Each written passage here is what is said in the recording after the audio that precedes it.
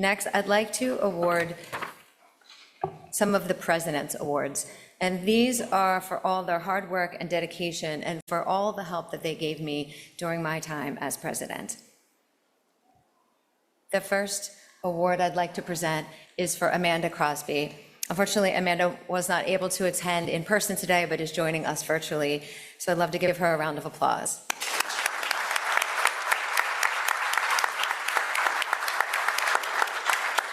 Amanda is the chair of the ICEBP. She's also the chair of the Safety Committee. She's involved in the Leadership Symposium and is just a dedicated volunteer.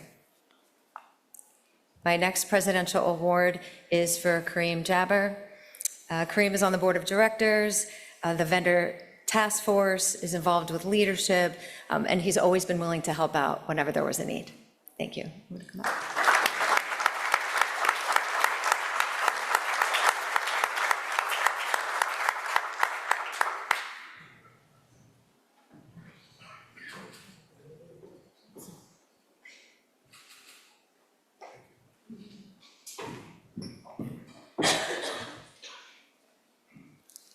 My next presidential award is for Molly Oldine. Molly is on the CPC. She's been involved for a long period of time with the Perfusion Without Borders, in the Pediatrics Committee, Membership Committee, and has really been my go-to for many things that have happened over my presidency. So thank you.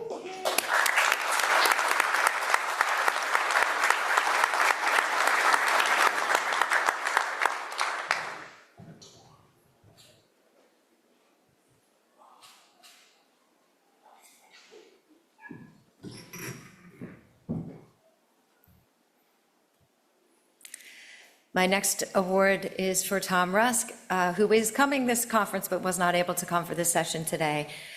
Tom's dedication is remarkable. He works with just consistently. He made sure I got all of my articles in on time, and he's always thinking outside the box, and is just an amazing volunteer for AMSEC. So thanks to Tom.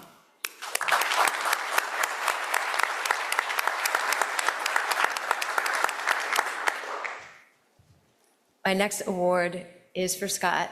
Scott, who was my right hand these last 2 years. He helped me through many times of navigating and trying to find the best solutions, and was just always there for me. He's a dedicated AMSEC volunteer for many, many years. I'm sure everyone knows all the roles that Scott has had over the time. So I just want to say thank you.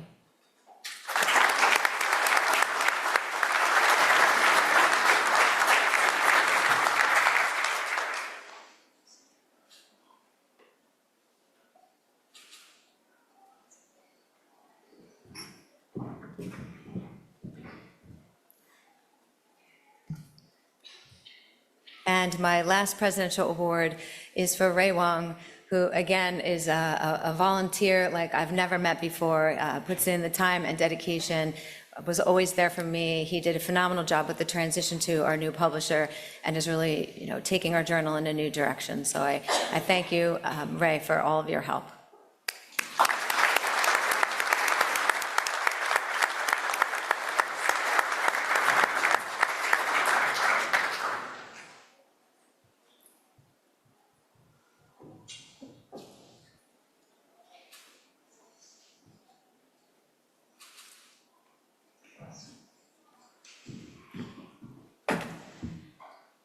All right. Congratulations to all of our 2024 President's Award recipients.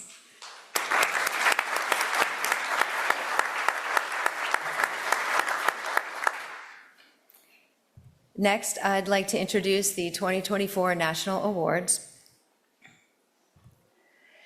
The 2024 AMSEC Perfusionist of the Year, Greg Mork. I'd like to share a few thoughts. Greg has been phenomenal to work with on the board. He has been dedicated to perfusion for many years. He worked with the American Board as a board member, oral examiner, vice president, and president. His list of accomplishments in volunteerism through his career is impressive. His contribution to AMSEC has been Zone 2 Director, Secretary, Conference Planning Committee, Faculty and Mentor for Leadership Symposium, AMSEC International Judge, and he's always willing to take on more additional responsibilities to support AMSEC and to advance perfusion. So I'd like to congratulate Greg Mork on AMSEC Perfusionist of the Year.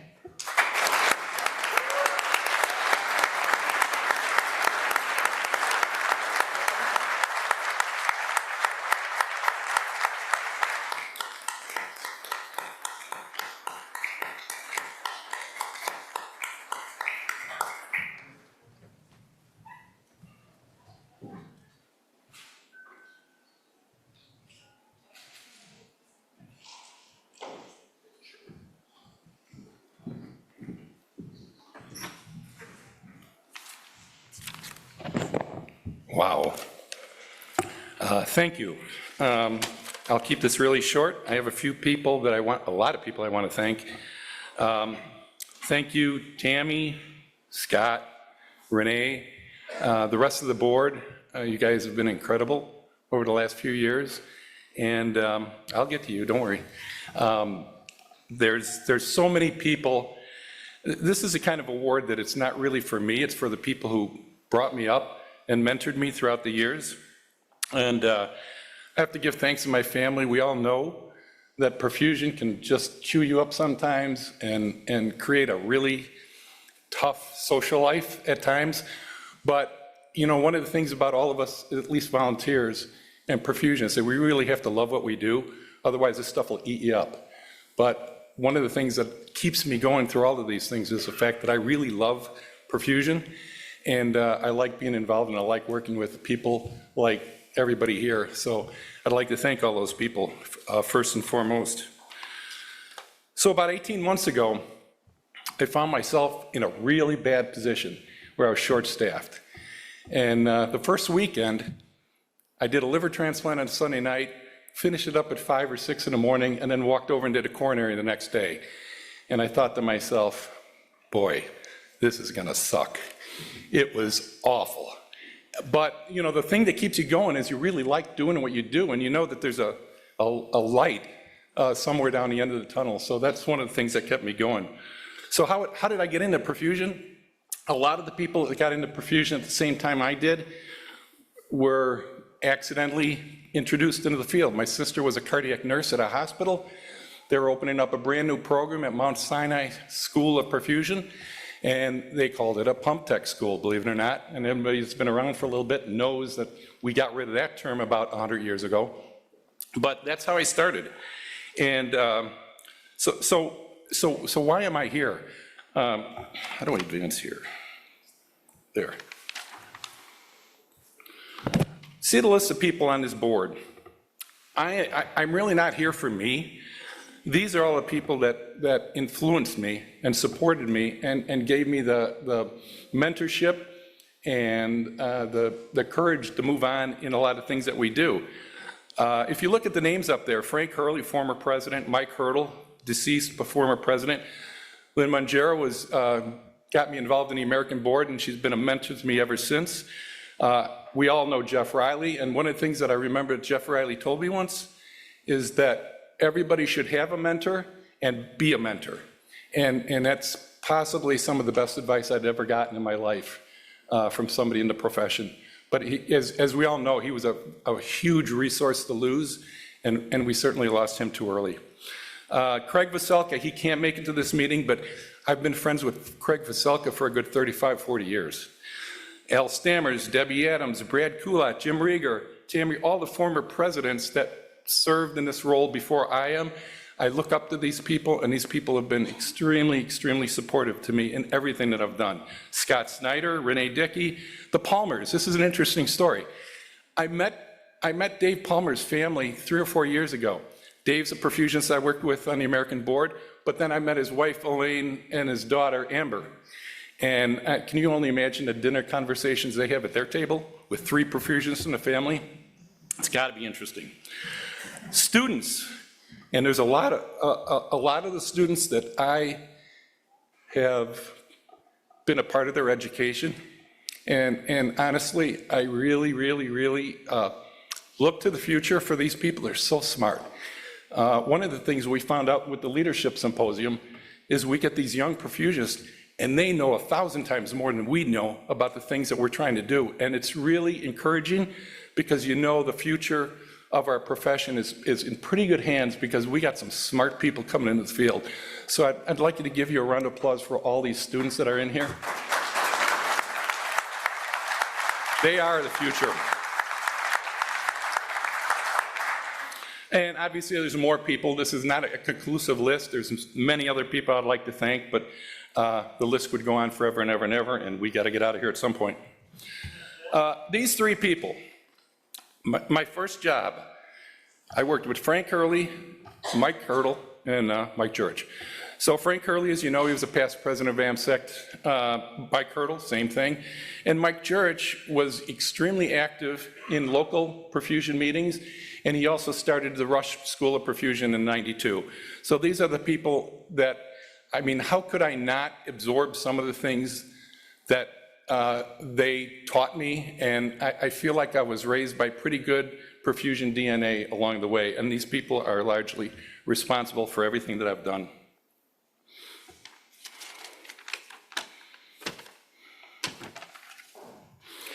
So, what I've learned over the years.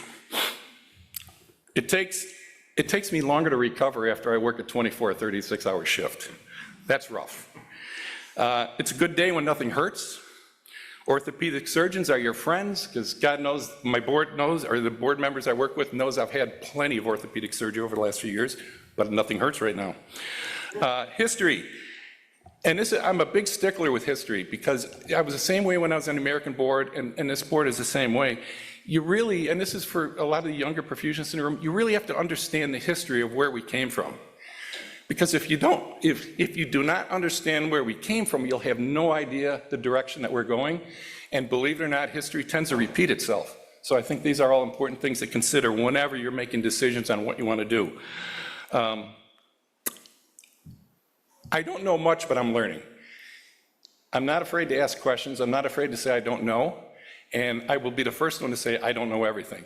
And I think that's a quality that we all, we need to be humble and accept the fact that there's times we need help. There's times we find ourselves in positions that we have no idea how to get out of, and that's when your mentors and mentorships come in. So believe me, use those mentors wisely, because they are your lifeline. And I'm very lucky to have been involved with the people I have over my time.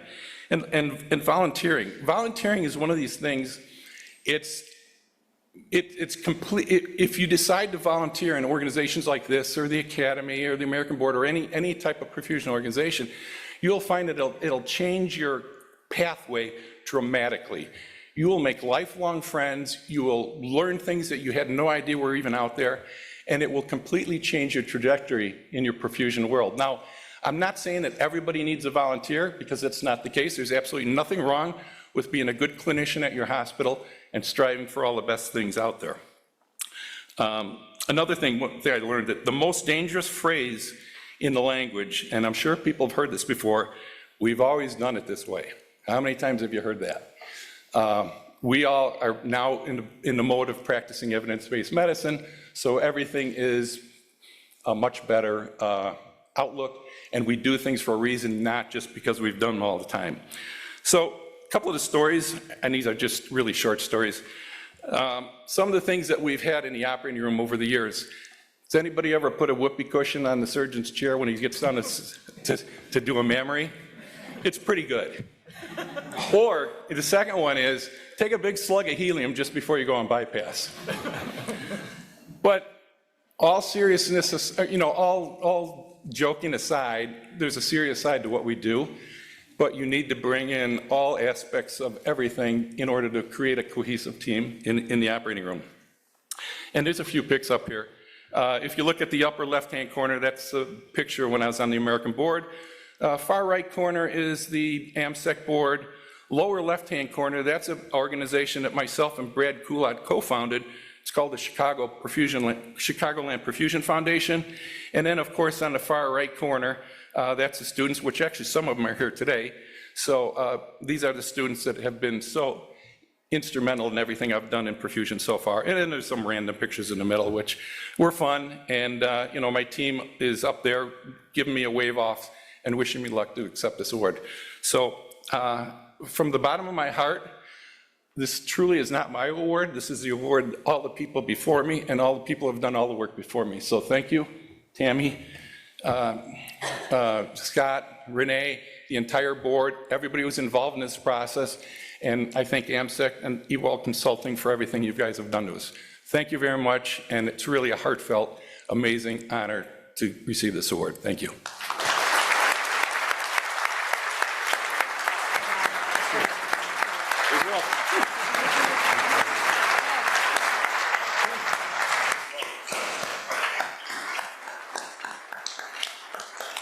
That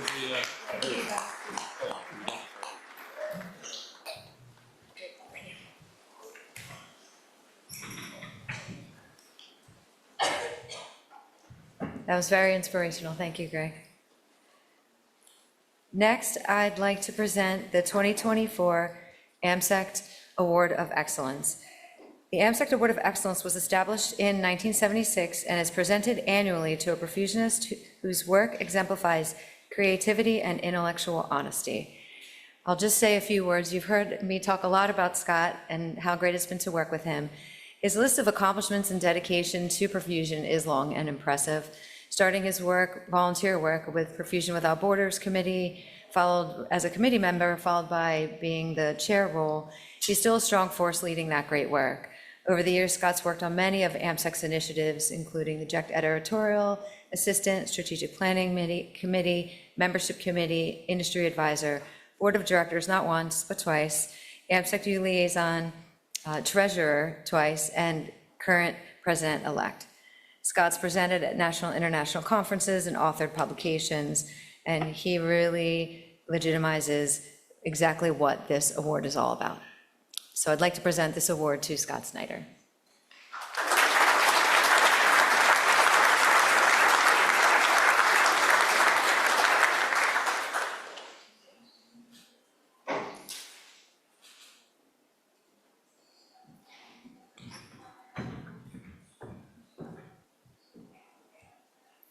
And I'll hand it off to Scott to share a few words. Thanks. Thank you. This is a huge honor, and I am so appreciative. I've watched a lot of people come up to receive these awards over the years, and they're people that I really respect for their skills and their talents. Last year, I was so excited when I got to see Shauna and Amanda come up to receive the same awards. They are two of the most remarkable volunteers and leaders in this field that I can think of. It was a funny story, though, because when Shauna was giving her presentation, she was talking about how her presentation style has changed over the years. And we all know Shauna is an educator, but she was talking about how in the past, way back when, she used to take all of her presentation notes and she'd put them on little note cards, and this was her style way back when. And she told us a funny story about once how she came up to give a presentation and her note cards fell on the ground. And it all ended up in a jumbled mess, and she was flustered because how was she going to get it all together? And I was sitting out at the audience at the time, and I was thinking, man, I can really relate to that, because that happened to me last year. Because I seriously, I cannot say a single thing without the words being verbatim on a piece of paper here. I can't do anything without my crib sheets. Presentations make me so nervous, and it's ridiculous because I can pinpoint exactly where that went to. It started in 5th grade for me. I was in a religious school, and we were taking classes in the church basement, and I think we were getting ready to move off to a big building, or we were in a big building and we were getting ready to go down to the church basement. But the principal got us all together, and he was going to give a presentation about what we were doing. So we all got together in the church auditorium, which was this huge cathedral-style building. And the principal gave his presentation, and then he asked for questions. So all of us little students, we got in our rows in the aisles in between the pews, and made 2 rows, and everybody was standing in line to go up to the microphone, and I got in line, which is unlike me, because I was so excited because I'd come up with a good question, and I didn't even care what the answer was. I didn't have any interest in what the answer was, but I had come up with a question. It felt like it was intelligent. So I got in line, and while I was standing in line, I was thinking over in my head what my question was going to be, and I was going backwards to forwards and forwards to backwards, and rehearsing it in my head. And before I knew it, I came up. I'm the first one in line now, and the microphone's in front of me, and I asked my question, but what I remember is I kind of blacked out, because I don't remember actually the words coming out of my mouth, but I do know I asked it. What I do remember is looking up at the principal, and he was looking back at me with these furrowed eyebrows, and he said, "Yes, like I just told the fellow in front of you, because I asked the exact same question, because I was so lost in thought. So this is what happens to me. Every time I come up to a presentation, literally, that's what I think is it's going to be fifth grade all over again. When I was putting this together, I had the opportunity to talk about several things. I could have talked about the finances. I enjoyed doing that for several years. Seriously, that was fun for me. That was one of the best roles I have enjoyed. I could talk about missions. I've done a lot with the missions work. The Pillar Award, that was a huge amount of work. But I decided a way back that if I ever had an opportunity like this, that I wanted to talk a little bit about myself. And if you know much about me, you know that's not really my go-to topic. I don't talk a lot about my history.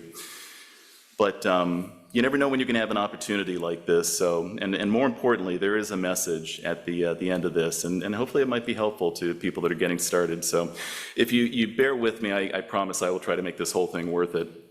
My career history is a little bit like a Greek tragedy, which adds to the irony that I'm standing before you presenting today.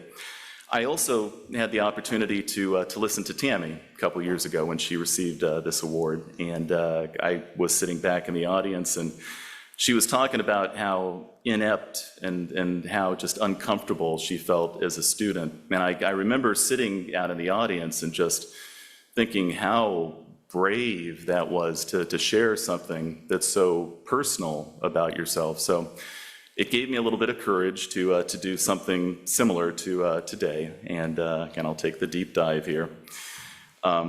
Like Tammy, I felt intimidated too as a classmate in classes when I first was getting started.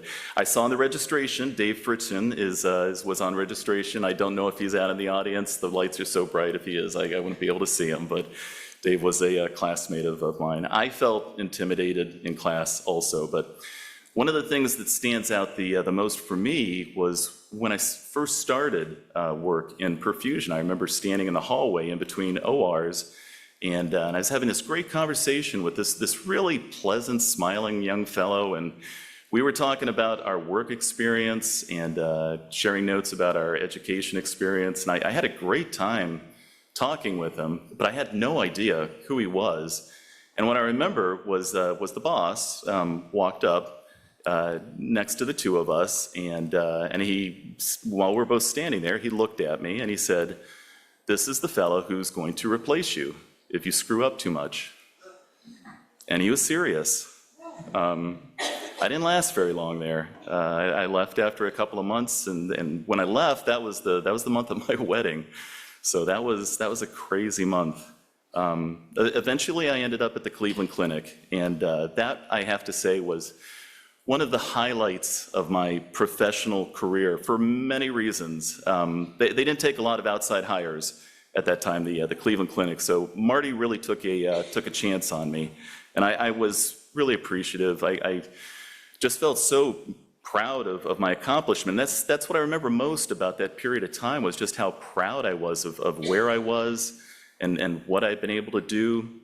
So it was a little strange that after just 1 year, I think it was like less than a year, or maybe just more than a year, that I left the clinic, and I took a job down the street for a place that offered me a whole lot of money, and that was one of the biggest life lessons that I ever had, really. By the time I had finished my third deposition, that had been one of the worst disasters of my life, and I knew it. I promised I would not make that mistake again, so I stayed on my next job for a good long time. I was not going anywhere. We were a small group. We really supported each other. We dug in, built the program up, and we had real ownership of the thing. So I was there for, I think it was like 10 or 12 years, and after that kind of period of time, you really feel like it's family for you, until our department was replaced. My partner and I, we worked side by side with the new group that was taking over until I was called into the boss's office one day. I didn't know why he was calling me in, but he called me into the office and he closed the door, and basically what he told me was, we had finished our transition period and we're sorry, but we don't have a spot for you. And we both sat there in silence, kind of awkward, didn't know what to say. He looked at me, he said, I really don't know what to do at this point. And I said, I've got a pump built, and I've got a patient who's being lined up, and so I'd really like to go finish my case. And I went to the OR, and I pumped my case, and when I was done, I went straight to my locker, and I took a box with me, and I filled it up, and I left. And I began starting to think at that point that maybe I should really be looking at other careers, because I had come to the conclusion that healthcare was a little bit immoral. It didn't feel like our patients really had much to do with it. Nobody seemed like they were truly concerned about who they were taking care of on the other end. It just seemed like the whole thing was about looking out for yourself and taking out anybody that got in your way in the process. I mean, people were just plain mean to each other. But I had a family, and I still had mouths to feed. So 2 things happened to me around that time period. I ran for the 3rd time for AMSEC Zone Director, and I was elected. And I got a job at Duke Hospital, and everything turned around for me. I got a second chance at family with Duke. From the moment I started, these people, they were unique, they were funny, they were cool, they were smart, they were everything I didn't feel about myself at the time, but most of all, they were dedicated. And it wasn't just the staff. I mean, it was like the entire hospital was just constantly motivated to be making improvements, making changes for the better. And it wasn't just improvements for the patients, it was improvements for the staff, always looking to improve on things. It was like nothing I'd ever experienced before in my career. In AMSEC, I found this shelter, which is something that is absolutely amazing to me. When I was at the lowest point in my career, when I felt like I was dog dirt on the bottom of everybody's shoes, I'd come together a couple of times a year with this group of people, and they'd respect me. They'd ask me questions. They'd want to know what my opinion was. I've been immensely blessed to serve under and serve with some of the most amazing people that I know. And every single one of them I've learned something from. And usually what I end up learning from them, it ends up being, a total surprise to me by the end. Here I just list the presidents that I've served under and the unique lesson that I've learned from each one of them. But this community is just filled with talented people. And to me, that's one of the best parts, is that everyone is different and everyone has a unique talent to share. And what you end up learning from one person may be totally different than what I end up learning from them. My pictures, it's fun to share them, because those 2 things, those two single experiences, they ended up becoming some of the proudest, most happiest moments literally in my life. There's an interesting model that I read about. It's written by a neuroscientist called Dr. Lisa Feldman Barrett. Dr. Barrett, she talks a lot about something that she calls body budget. Basically, the idea is that we all live in this constant process of allostasis, trying to find balance in our lives. Homeostasis represents the baseline that we all seek. It's the stability that occurs through change. Allostasis never lets us drift too far in the first place. So allostasis is the actual change that creates that stability. Body budget says you have physiological mechanisms. You have temperature, heart rate, fluid transfer, hormones, but you also have emotional regulations: fear, excitement, arousal, depression, joy. All of these things work together. They're not isolated from each other. Your body lives within a certain budget that it tries to maintain, and as social animals, we're continuously, each of us, contributing to and also taking away from each other's budgets.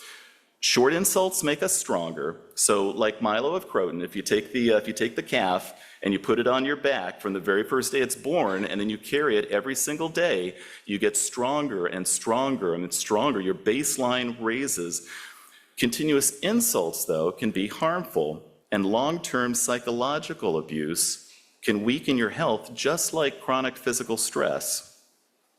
So it's a lot like a juggler. It's not about perfect balance. It's about continuous corrections, adjusting here, adjusting there, keeping it all in balance until it's not in balance, but also realizing that what you do while you're working so hard to keep yourself in balance, it can have dramatic effects on those around you too, for good and bad.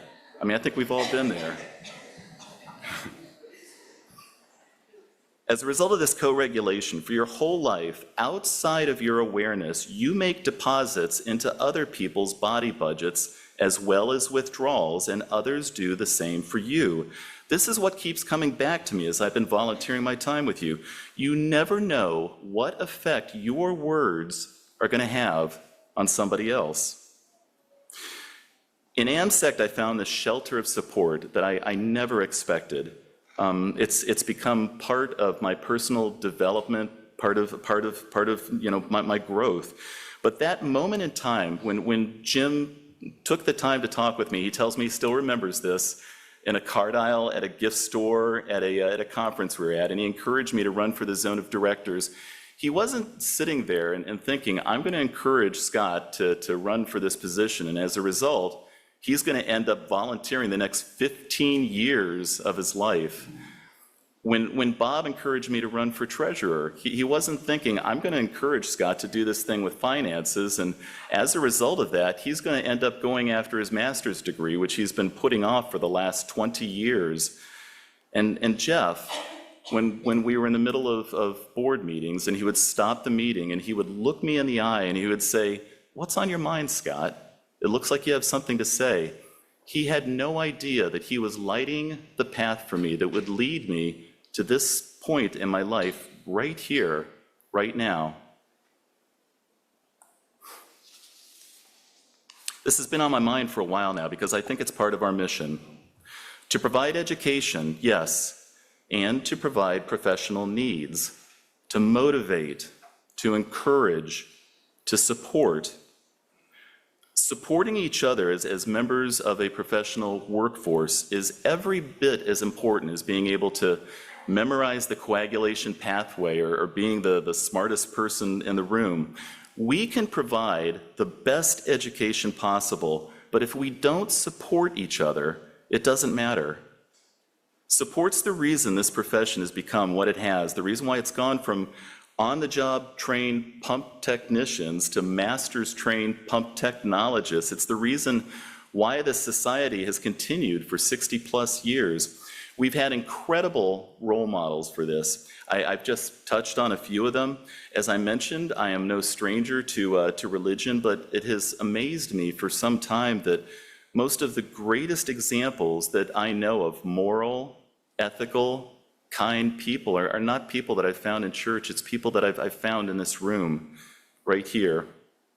So I think this is where our challenge is. It's not just enough to do the work.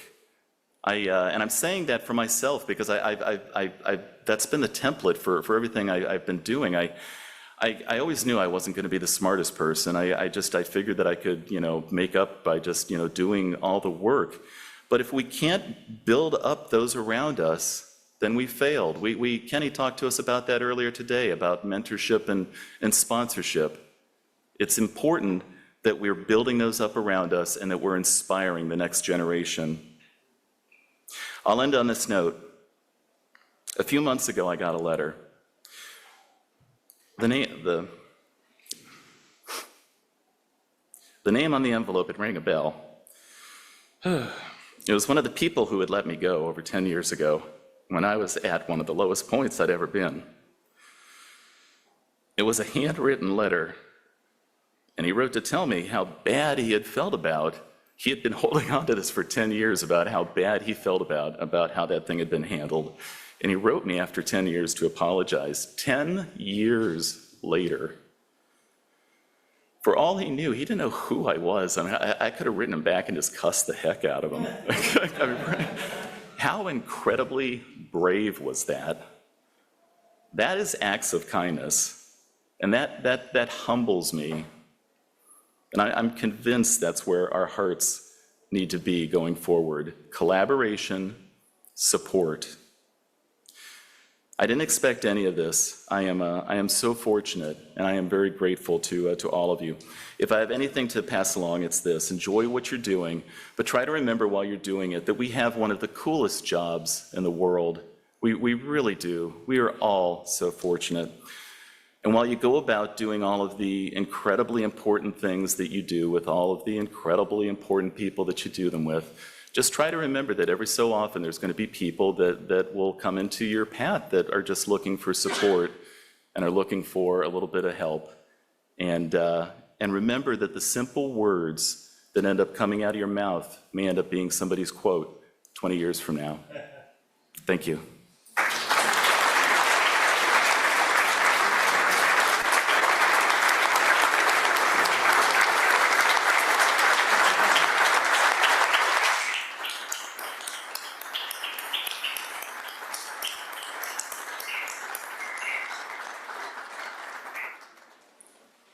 That was fantastic, thank you. Finally, our last award is the John H. Gibbon Jr. Award.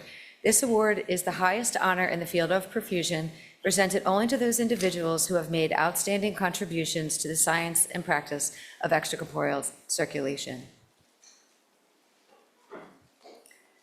Affectionately, for those of you who don't know Dr. Joe, known as Dr. Joe, Joe spent 20 years as the division director for the CVB program at MUSC.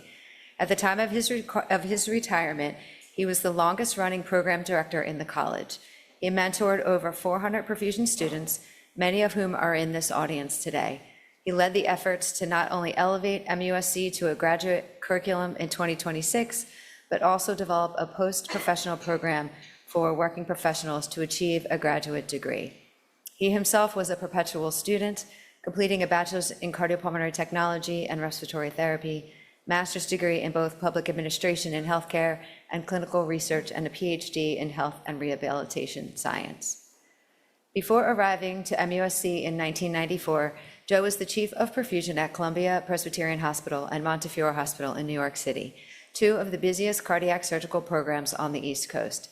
In Charleston, he has served as division director, chief of perfusion, and practicing perfusionist. He leaves behind 45 years of clinical service. There have been dozens of team members and colleagues, past and present, that have benefited from Joe's contributions. He was an active researcher. MUSC has published more student scientific research than any other training program in the country. He has authored over 75 scientific articles and has presented nearly 120 times during his career. Since 2012, Joe has mentored over 35 student research projects. More importantly, though, he has mentored MUSC students to be lifelong learners and compassionate professionals. Many students who have graduated from the programs are leaders within the communities that they serve. But perhaps his greatest achievements are as a loving husband and father, here pictured with his wonderful wife, Debbie, and his two children, Brian and Jamie, son-in-law, Stephen, and daughter-in-law, Kathy. All have been exceptionally proud of his career and his complications. And most recently, the birth of his two grandchildren, Micah and Blake, who are already following in Joe's footsteps as a musician. Lastly, Joe is a generous and kind soul. He is committed to community service and volunteerism, here pictured with the class serving the local community in Charleston. Joe is always quick to pull out his guitar or musical instrument. In fact, Joe is volunteering his time at the local VA hospital, teaching guitar lessons to veterans as part of the Guitars for Vets program, offering lessons, instruments, and musical healing to patients coping with physical or emotional injuries. I'd like to introduce this year's John H. Gibbon Award. Please join me in welcoming Joe Sistino.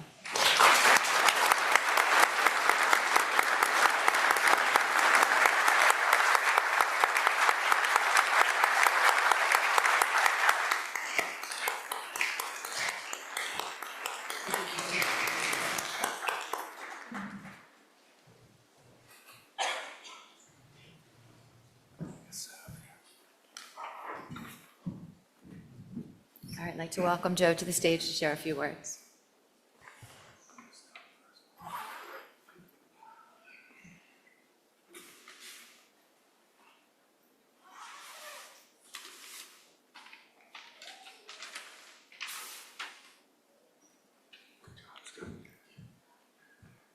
Good afternoon.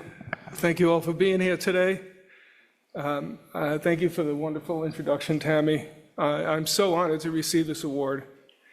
The Gibbon Award was established in 1974, and I've attended many Gibbon Awards over the years.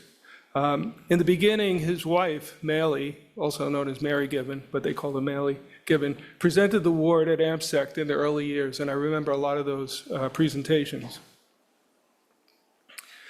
John Gibbon was a thinker. At the age of 16, he enrolled in Princeton University to study philosophy and art. He graduated Princeton at the age of 19 and began medical school at Jefferson Medical College. His father was a prominent surgeon in Philadelphia and encouraged him to enter medical school. After completing his first year of medical school, he wanted to drop out, but he was talked out of it by his father. He said the first year of medical school was frankly boring as hell, all needless memorization. His overall opinion of medical school was, quote, teaching the minutiae of medical and surgical specialties to undergraduate medical students should be thrown out. Obviously, he had many other ideas. After graduation from medical school, and some of you know some of these details, he began his first year of fellowship in 1930 at Mass General Hospital. After 8 months of training, he witnessed a patient dying from a pulmonary embolus. He then developed the prototypes. He was doing research on pulmonary embolism, and he developed prototypes of many of the instruments used to occlude the pulmonary artery.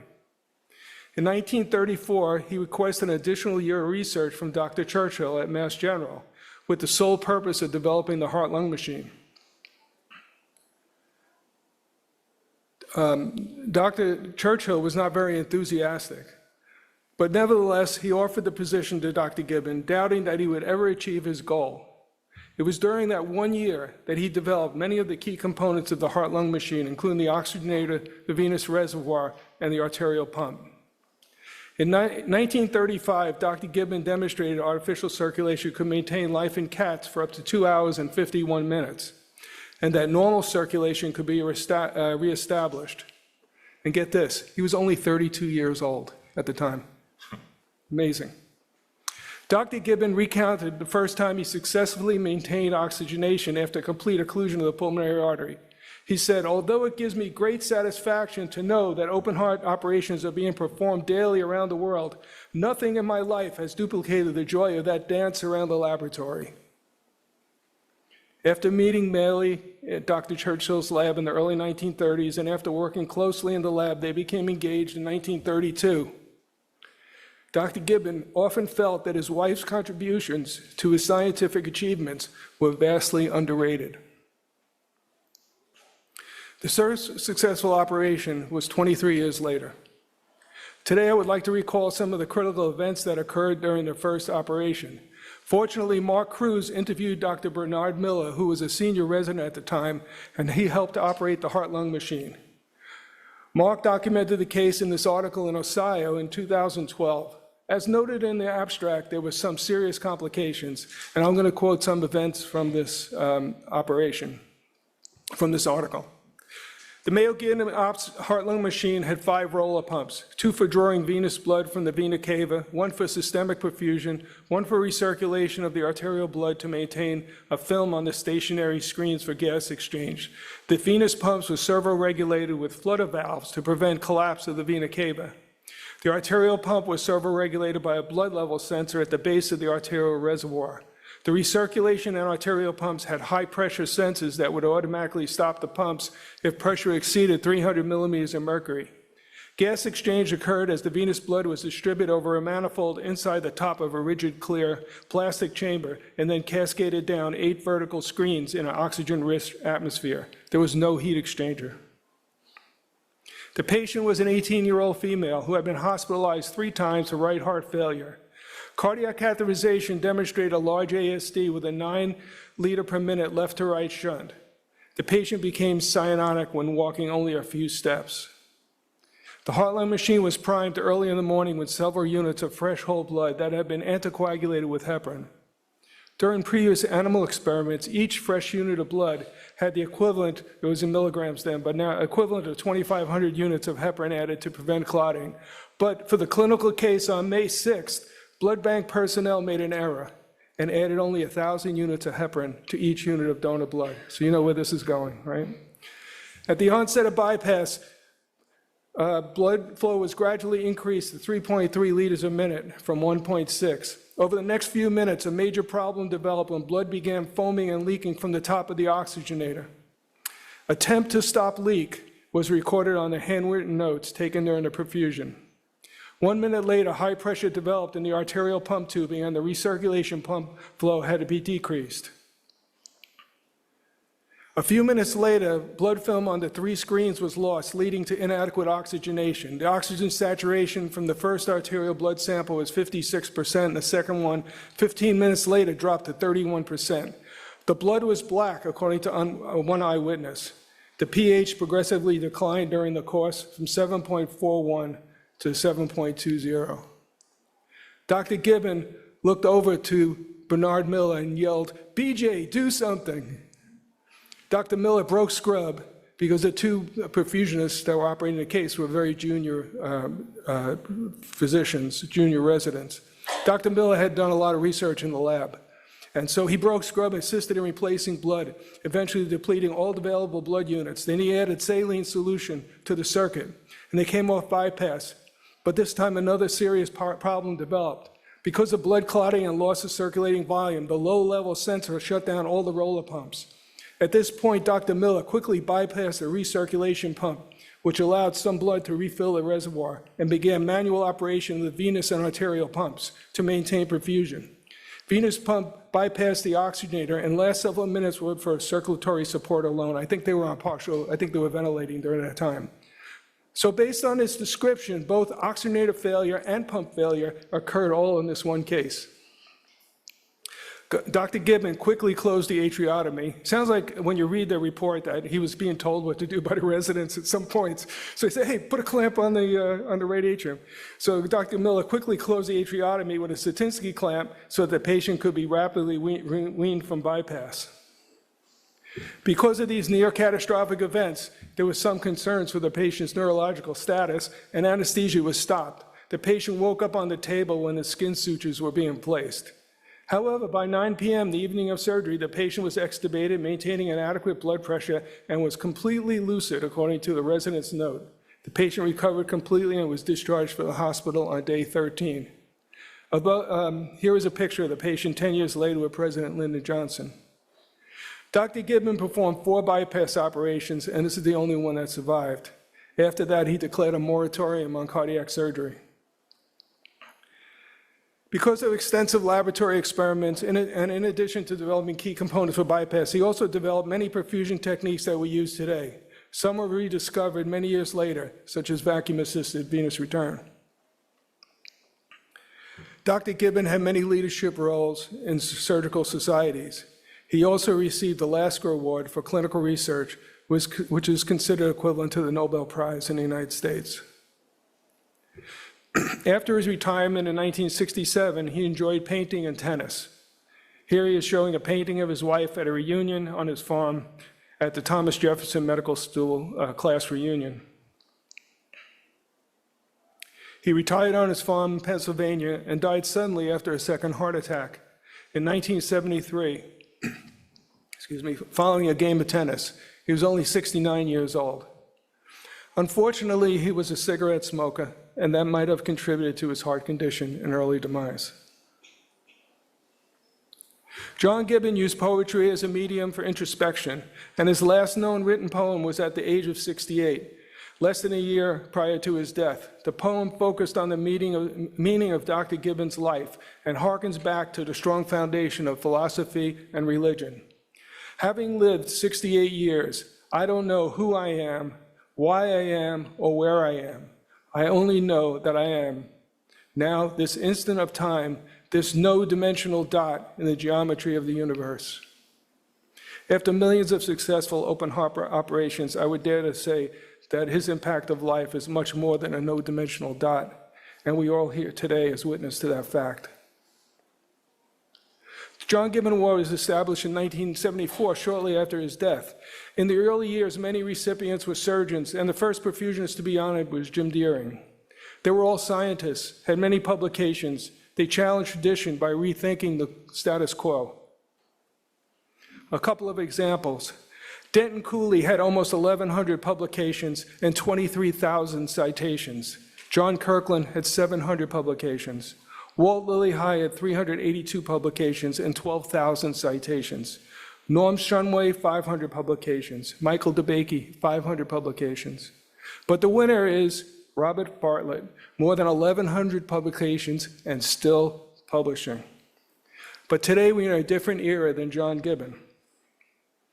With advances in access to information and technology, knowledge is increasing at an increasing rate. In 1950, it took about 50 years for knowledge in medicine to double. By 1980, medical knowledge was doubling every 7 years, and by 2010, it was doubling in half that time. This slide shows how much more quickly technology is adopted today. It took 71 years for 50% of Americans to get a telephone, but only 10 years for 50% of Americans to get internet access. Adam Grant describes in his book, Think Again, The Power of Knowing What You Don't Know, how technology is affecting us and how we can choose to think about it. The accelerating pace of change that means that we need to question our beliefs more readily than ever before. As we sit with our current beliefs, they tend to become more extreme and more entrenched. How often do we question our beliefs? Do we think as a scientist, a preacher, a prosecutor, a politician, or a cult leader? If you are a scientist, rethinking is fundamental to your profession. You are paid to constantly aware of the limits of your understanding. You are expected to doubt what you know, be curious about what you don't know, and update your views based on new ideas, based on new data. In the past century alone, this has led to dramatic scientific progress. We should all attempt to think as scientists. What happens when we don't think as scientists? The inventor of the BlackBerry learned it the hard way. He had a company worth $70 billion in 2008, but BlackBerry remained the sole product. The founder of that company did not believe that people would type on a screen. The company's failure was the result of failure in rethinking as a CEO. Here are some reasons not to rethink what you're doing. That will not work here. We heard this. That's the way we've always done it. It's too complicated. That's not what my experience has shown. In 2004, a small group of engineers, designers, and marketers pitched Steve Jobs on turning their hit product, the iPod, into a phone. His response was, why the F-U-C-K, I'm sure he didn't spell it, would we want to do that? That's the dumbest idea I ever heard. Jobs was worrying about cannibalizing thriving iPod business. He hated cell phone companies, and he would sometimes smash his phone to pieces in frustration when his calls dropped. Yet some of Apple's engineers worked together to persuade him what he didn't know, that he didn't know what he didn't know. After 6 months, he gave in, and the rest is history. Apple is the first company to be valued at $3 trillion, and I'm sure everybody here has an Apple phone, almost.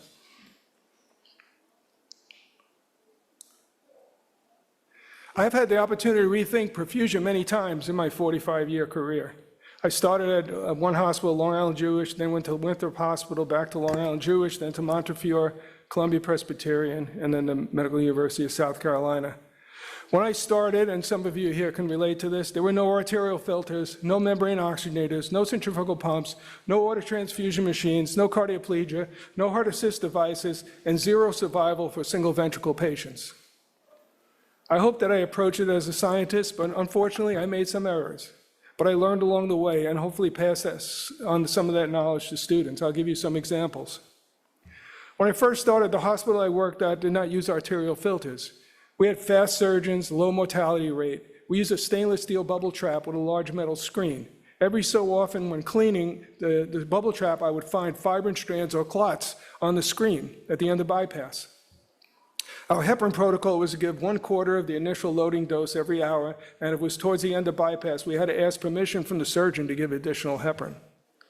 When I moved to another hospital, I became interested in a 40-micron screen filter, which was introduced by a neurosurgeon named Patterson, who was at New York Hospital.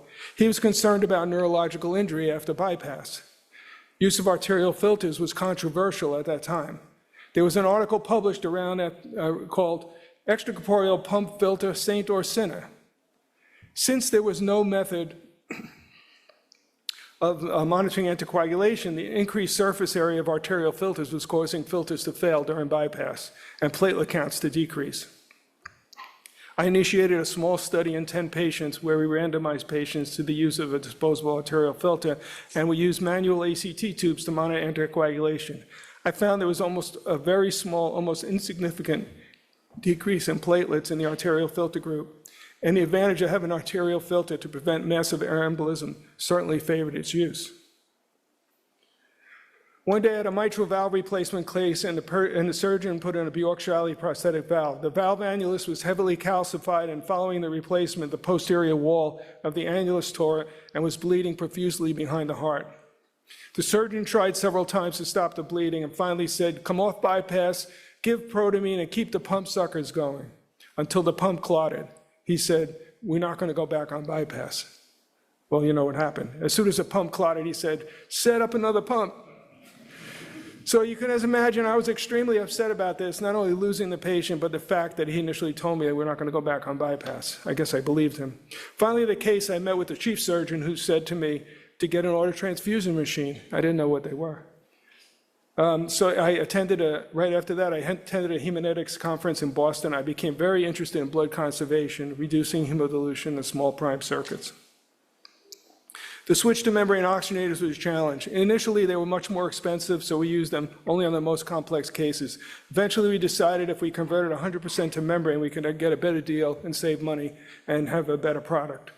There were several large institutions, Mayo, Mass General, Johns Hopkins, that continue to use bubble oxygenators after the majority of hospitals had switched to membranes. Finally, the manufacturers announced they would no longer produce bubble oxygenators and forced the large institutions to change.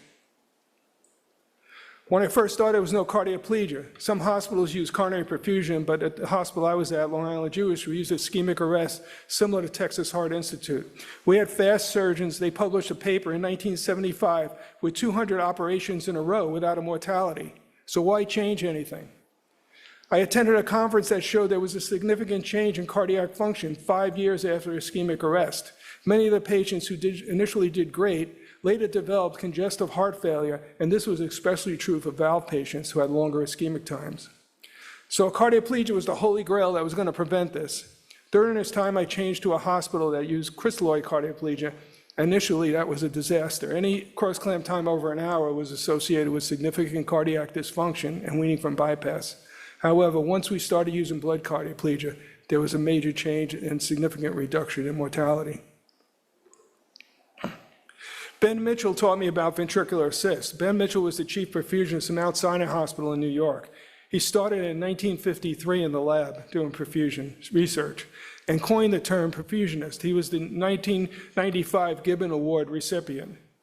Robert Litwack was the surgeon, and he used implantable VAD cannulas that would remain in the patient after ventricular assist. So they didn't have to take the patient back to the operating room these silicone catheters just stayed right in the patient. They put an obturator in it, and they buried it under the skin. I attended a conference where we had a lecture first, and then we went to the animal lab and practiced ventricular assist. This is the model that I used for our perfusion conference and for many years at MUSC. A roller pump was used for ventricular assist. Of course, they monitored left atrial pressure and kept that above 10. But the roller pump was used for ventricular assist, and he had 12 feet of tubing, so it could be walked through the raceway periodically. This is incredible article was published in 1976. They had 14 ventricular assist patients, and 9 survived and 6 left the hospital. That's amazing. A roller pump, ventricular assist, 1976. But many of the techniques they use for managing ventricular assist patients we still use today. When I first started using centrifugal pumps, they were advertised as low pressure pump. No need for tie bands, did not pump air. I didn't really understand initially that they could generate a very high pressure at high RPMs. The first problem was when I tried to initiate left heart assist with high RPMs and a clamp on the pump inlet. This created a sudden high pressure at the venous cannula tip and caused entrapment and poor venous return. I have also witnessed femoral dissection caused by high RPMs with centrifugal pumps.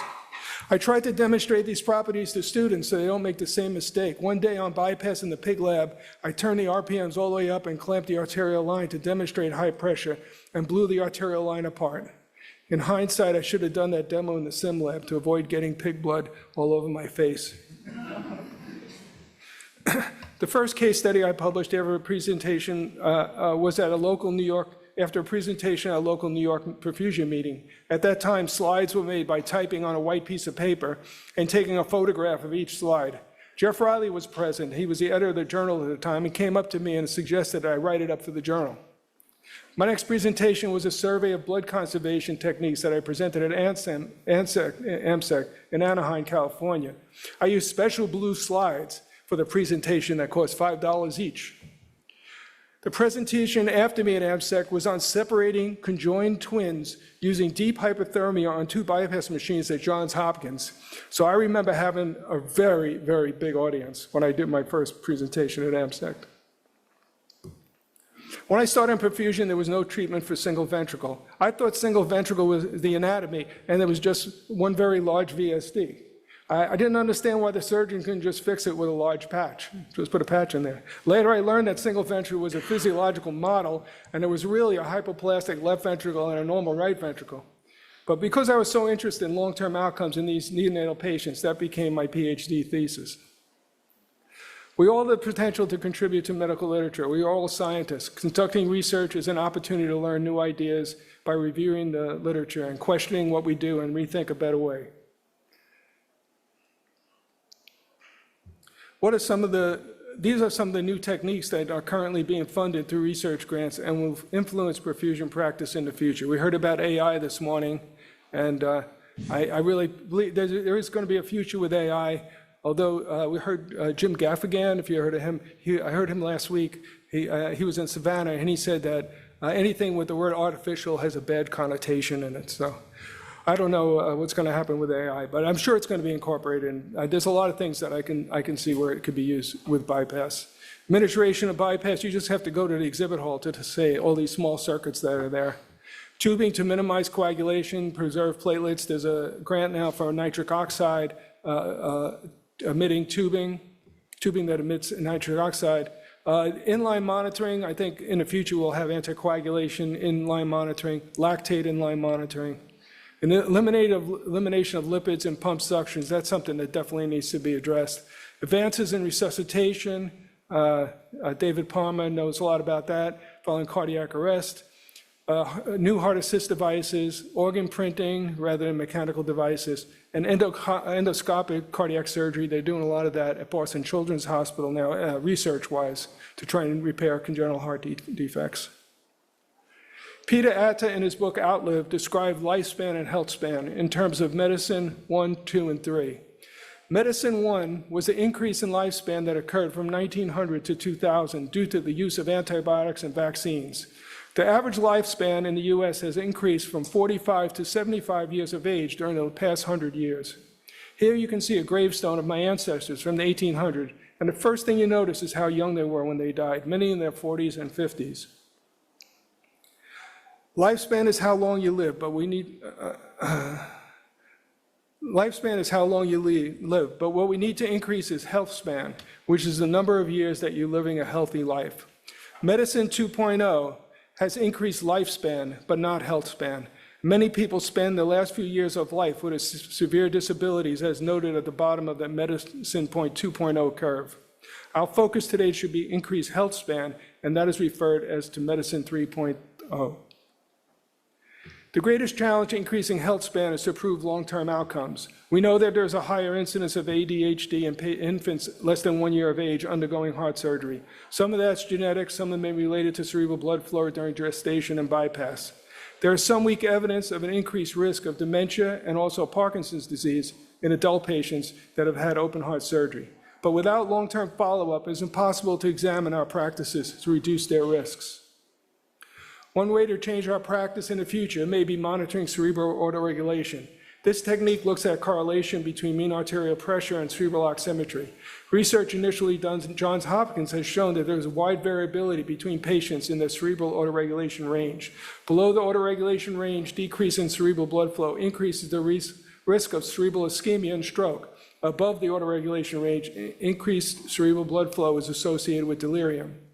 As technology improves and becomes more reliable, I hope there will be a working system in the OR to determine each patient's individual cerebral autoregulation range, and then we can maintain blood pressure within that range for each patient.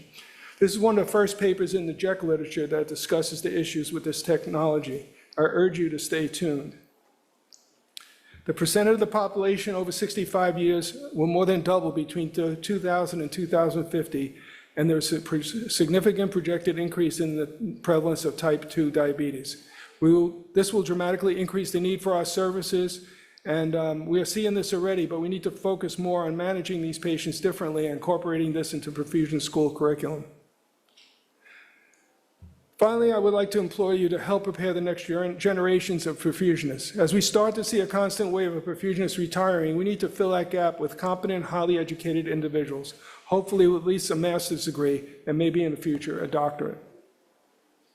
I would be remiss if I didn't thank my family for their love and support during my perfusion career. I could never have done it without them. As I look in the audience, it's a little bright, but I'm looking out into the audience. I suspect that many of the next Gibbon Award winners are out there. I urge you to carry on in the scientific tradition of John Gibbon and the rest of the Gibbon Award winners. It's time to pass the torch to you, a new generation of practicing perfusionists, to accomplish the next great scientific advancements in the profession. And finally, I'd like to play a song that I wrote for graduation several years ago, and I'd like to thank you for this tremendous honor.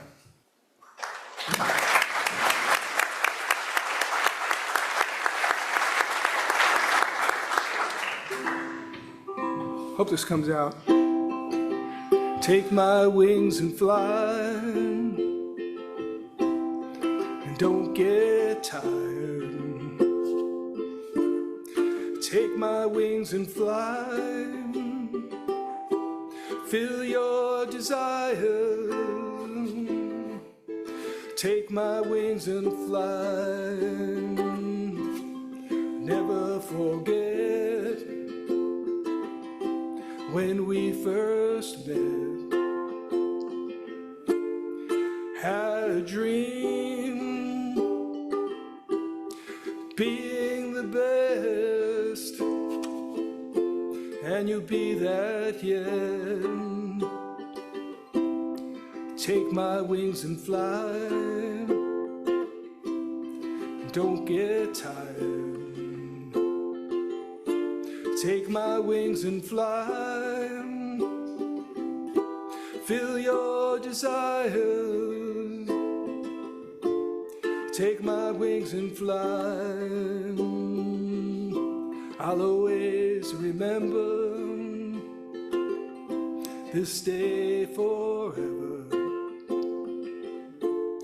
Now is the time, go your own way and find your passion in life. Take my wings and fly, don't get tired.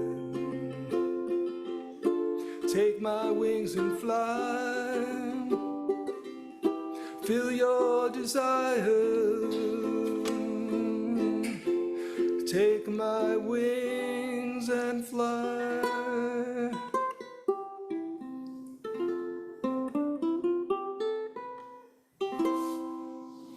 Thank you.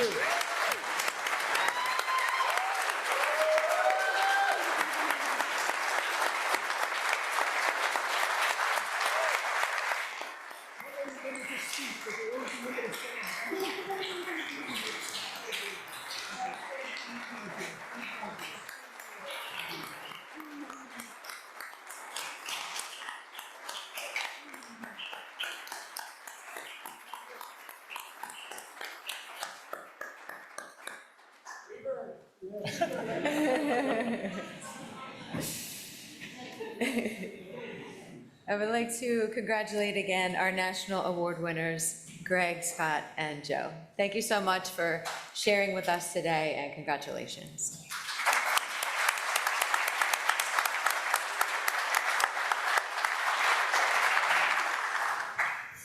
If you can hold on just one moment, we have one last, the President's Award.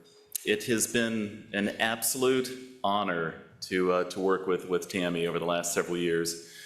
She is an amazing example of leadership in our profession. Not only has Tammy been a member of AMSEC leadership for the last 7 years, she serves on the executive committee of 2 professional societies at the same time as an executive officer of the American Academy.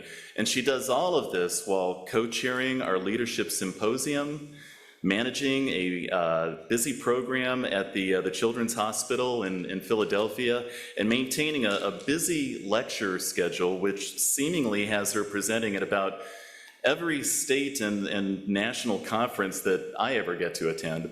The truly amazing thing about Tammy is that you might get to know her for several years and never even realize these things, because Tammy never seems to be too terribly concerned about anyone being aware of all that she does. What I've come to know about Tammy as I followed threads of conversation is that when things go wrong, when things get missed, and somebody brings it to her attention, Tammy isn't quick to say, "Thank you, I knew that," or "Thank you, somebody else already told me that." What she says is, "Thank you for catching that. What a great catch. Good job." And she does this because she's not in it for personal attention. She does it because she's in it to support her colleagues. And to me, that is one of the greatest signs of true leadership that you can possibly find.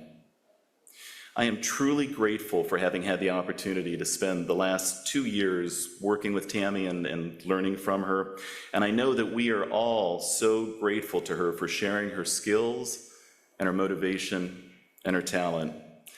So for all of her hard work, our membership is delighted to present Tammy Rosenthal with the President's Award.